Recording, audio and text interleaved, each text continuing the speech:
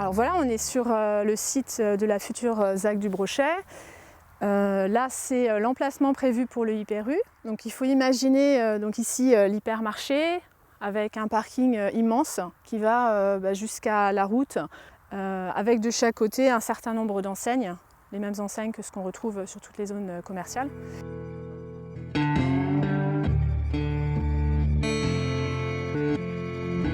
Le projet est tellement grand que d'ici on voit à peine la station-service et le McDo qui sont en cours de construction à l'entrée de la ZAC. C'est en 2008 que Hyper-U a acheté son premier terrain ici et en fait avec une autre voisine on a refusé de vendre ces terrains-là. Donc ici avant c'était de la vigne et ensuite il y a eu des cultures fourragères. Donc ça a été cultivé jusqu'en août 2017 quand on a été exproprié. Donc pour l'expropriation il y a toujours des recours mais ils ne sont pas suspensifs. Donc le promoteur a pu prendre possession des terrains. Par contre, nous, on a refusé le paiement des indemnités d'expropriation. Donc ça veut dire que l'argent a été consigné. Si aujourd'hui nos recours aboutissent, la situation est très simple. Le promoteur va pouvoir reprendre sa thune et nous, nos terrains. Alors, au départ, on était les seuls opposants au projet, puisque tout le monde a été mis devant le fait accompli. Mais c'est au moment de l'expropriation que des commerçants du centre-ville de Valette ont compris que rien n'était joué. Et c'est à ce moment-là qu'ils ont créé une association, donc Laissez-nous vivre un peu, pour s'opposer au projet de ZAC du Brochet. Alors ça, c'était en 2016. Depuis, il y a une vraie prise de conscience sur l'importance des terres agricoles. On veut une agriculture locale, on veut de plus en plus une sécurité alimentaire, on veut des circuits courts. Et en fait, les gens comprennent tout simplement que le béton ne se mange pas et qu'il faut arrêter d'artificialiser les sols de la manière dont nous le faisons actuellement. Donc c'est dans cette dynamique que le collectif citoyen Les Bétons s'est formé en 2019 et il s'oppose notamment à la ZAC du Brochet. Alors ici, il pourrait y avoir des projets beaucoup plus utiles qu'une zone commerciale.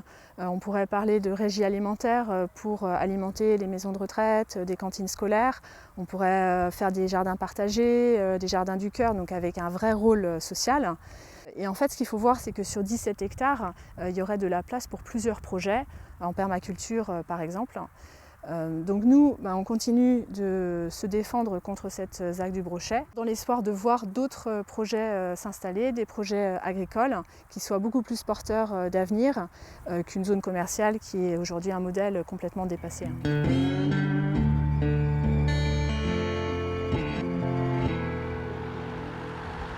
Depuis le début, les élus, dont le maire, soutiennent dur comme fer que ce projet n'est qu'un simple transfert de la zone commerciale actuelle à laquelle on va rajouter 5-6 grands magasins spécialisés de 400 mètres carrés minimum, non concurrents du centre-ville, mais complémentaires, assure-t-il.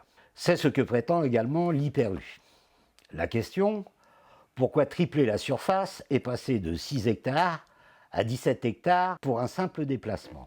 Voici ce que représente en superficie la zone commerciale d'aujourd'hui. Comparativement, voici la superficie du projet de la zone commerciale du Brochet avec celle du centre-ville de Valette. Pratiquement la même, une ville dans la ville. Impressionnant, non?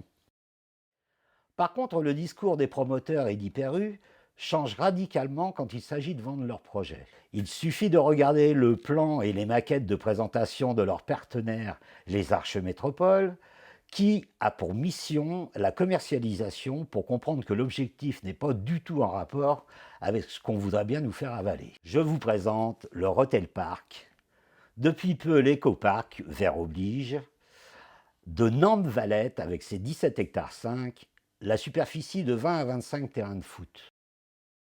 Comme exemple, dernièrement, les Arches Métropoles ont installé la zone commerciale de Wève Actis Sud sur 17 hectares à Metz, 7 restaurants et 60 enseignes.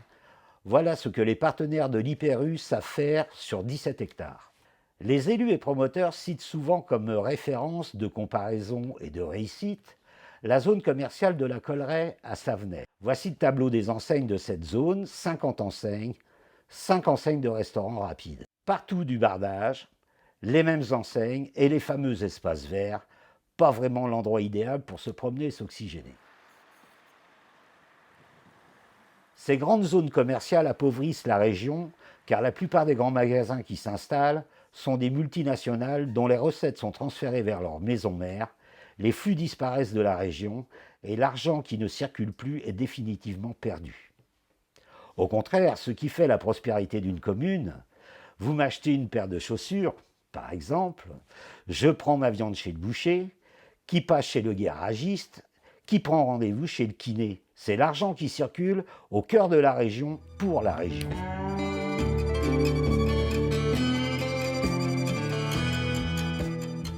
Voici également quelques photos représentatives de ce qui reste du centre-ville de Savenay. Comme beaucoup d'autres centres-villes cannibalisés par la grande distribution, des bâtiments délabrés, des boutiques vides, un centre-ville à l'agonie, on a déshabillé Paul pour habiller Jacques. Partout le même résultat, idem proche de chez nous à Ancenis. En 1980, les 3/4 des communes rurales disposaient d'au moins un commerce de proximité, boulangerie, épicerie, carburant. Aujourd'hui, 59% d'entre elles ne disposent plus d'aucun commerce de proximité, pourtant créateur d'emplois. C'est tout le tissu social qui disparaît. C'est le scénario catastrophe qu'on veut absolument éviter pour Valette. Un projet de bétonnage inutile, d'avenir dépassé, à mettre aux oubliettes. Ensemble, refusons que Valette se transforme en cité dortoir. Il est encore temps et c'est à vous de choisir. Un bourg convivial ou une zone commerciale.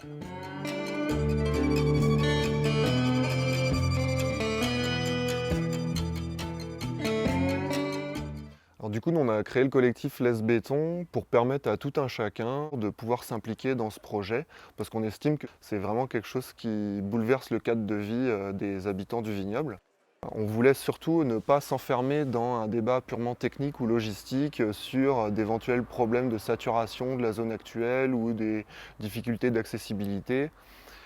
Pour nous, c'est vraiment une question de principe, une question de politique, où on s'oppose au modèle de société qui est mis en œuvre par l'hégémonie de la grande distribution. On a la chance du coup à Valette d'avoir un bourg dynamique, actif, avec des commerces et des services de proximité. Et on sait aujourd'hui que le développement des zones commerciales qui recouvrent le pays sont une vraie concurrence pour ces commerces. Et c'est aussi des lieux qui sont faits par et pour des déplacements en voiture individuelle. Et c'est un modèle qui n'est pas du tout soutenable au niveau énergétique et au niveau écologique. Et c'est des zones qui dégradent esthétiquement nos cadres de vie et qui les standardisent. Aujourd'hui, il n'y a plus aucune différence entre la périphérie d'une ville comme Nantes, comme Bordeaux, comme Limoges. Comme producteur en vente directe, on est en concurrence avec les grandes surfaces qui se fournissent dans la grande industrie. Et l'agriculture industrielle, elle fait de l'artificialisation de sol, elle pollue l'eau, les sols. C'est des emplois précaires, la perte de la biodiversité, la désertification des campagnes, la perte de savoir-faire artisanaux. L'artificialisation des sols est grave. Actuellement, il y a la superficie d'un département tous les 10 ans qui est bétonnée. C'est quelque chose qui est antidémocratique parce que ce n'est pas réversible. Donc les générations suivantes ne pourront pas décider s'ils auraient préféré avoir une prairie qu'un supermarché. C'est la principale cause de la perte de la biodiversité, même avant les pesticides. Si on bétonne toutes nos terres agricoles, on n'aura plus de terres pour cultiver, pour se nourrir. Alors, il existe plein de manières d'éviter d'aller dans une grande surface, d'autres manières de consommer dans le vignoble. Et plusieurs initiatives existent déjà. On a la recyclerie, on a des AMAP, on a des groupements d'achat, le commerce de proximité, des hypercafés, également faire son potager tout simplement. Contrairement aux apparences, la ZAC du Brochet est encore loin d'être construite. Il y a plusieurs recours qui ont été déposés sur différents aspects du dossier. Le dernier en date concerne la modification du schéma de cohérence territoriale, adopté en février dernier de manière assez discutable puisque l'enquête publique a récolté 52 avis négatifs et absolument aucun avis favorable au projet. Si une petite partie de la zone est actuellement construite, la majeure partie du projet nécessite la délivrance d'une autorisation commerciale. Or, cette autorisation commerciale n'a pas encore été délivrée Et il se trouve que les commissions qui délivrent ces autorisations sont de plus en plus attentives aux enjeux sociaux et environnementaux. Actuellement, on a plusieurs projets qui ont été retoqués, des projets d'extension ou de création de zones commerciales, notamment à Cholet, au Leroux-Bottereau, à Gétigné, à Saint-Julien-de-Concelles. Les élus locaux sont amenés à voter lors de ces commissions qui délivrent les autorisations commerciales. Donc au final, il n'est pas trop tard pour solliciter le maire de Valette, la présidente de la communauté de communes Sèvres-et-Loire ou le président du syndicat mixte du schéma de cohérence territoriale pour leur demander de s'opposer à ce projet. Les grands projets comme la ZAC du Brochet suscitent une contestation qui est de plus en plus vive chez les citoyens. En témoigne l'abandon de Europa City à Gonesse, l'abandon du centre commercial d'Aude à Montpellier. En témoignent également les préconisations de la Convention climat relative à l'artificialisation des sols. Rien qu'en Pays de la Loire, il y a de nombreux collectifs qui se sont formés pour s'opposer à des projets tantôt aberrants, tantôt inutiles, notamment le surf park à Saint-Péray-en-Ré, le port de plaisance à Bretignolles ou encore le parc technologique de la zone du Carnet où il prévoit de bétonner 110 hectares. Aujourd'hui plus que jamais, on a besoin que les citoyens se mobilisent pour préserver nos ressources naturelles. Applaudir depuis son balcon, c'est toujours bien, mais ce ne sera jamais suffisant.